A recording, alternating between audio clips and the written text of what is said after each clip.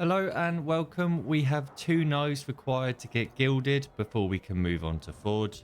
So in this video we'll be breaking down everything step by step to make this as easy as possible. To start, the gutter knife is unlocked at level 4 and only has 6 levels.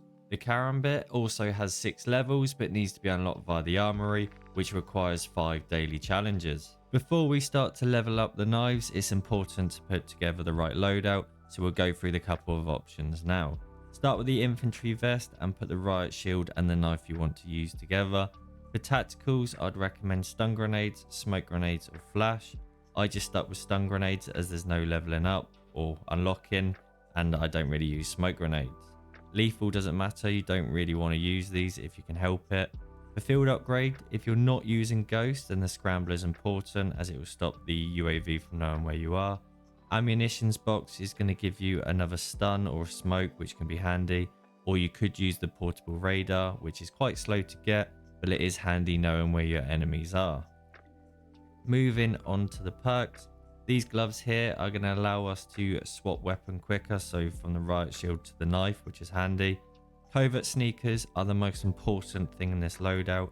The enemy not knowing where you are is vital when it comes to getting knife kills, so I highly recommend you do this before starting any of the challenges. Lastly, I would use ghost, as the enemies not knowing where you are is your biggest advantage when it comes to getting knife kills. If you don't want to unlock this, then I'd either use the backlight here, which is going to show footsteps. You can hunt them down and stab them in the back.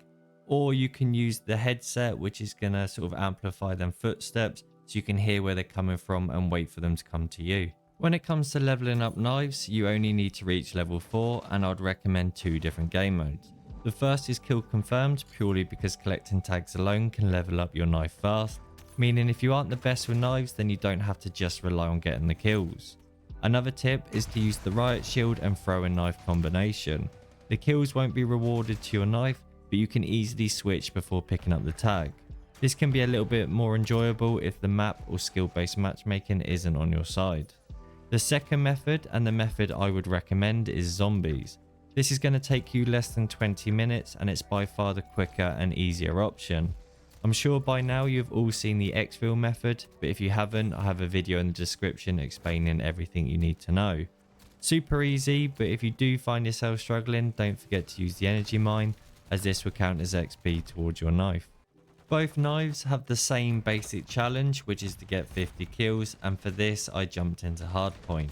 Having enemies running around playing the objective is going to be far easier than a slower base game mode like team deathmatch. Not only that, with players heading to the zone, you can either plan to flank them or wait for them to come to you. Try sticking to smaller maps with lots of buildings, as these are not only great use for cover, it also gives you the chance to sneak up on any enemies who might be camping the windows. The key here is to play it tactical rather than headless, and if you're playing solo or your friends just don't mind, you can keep backing out until you find the maps you want to play. Moving on to the gilded or gold camo now, and again they both have the same challenge. We're required to kill 10 operators affected by your tactical. Now what this means is you'll need to stun or flash the enemy before getting the kill. I believe it's only stuns, flashes and gas that actually work for this challenge, and I wouldn't recommend using the gas grenades. Changing your vest to engineer is going to give you an extra tactical, which is going to be useful especially if the first stun doesn't go to plan. Make sure to see a hit marker to ensure they've been affected, and if they have the tap mask on, you'll have less time to react. I will also add that I ended up stunning myself loads, arguably way more than the enemies, so just be prepared for that. Again, small maps and playing it tactical are the key to getting this done as quickly as possible. Forged is up next, and each knife has a different challenge.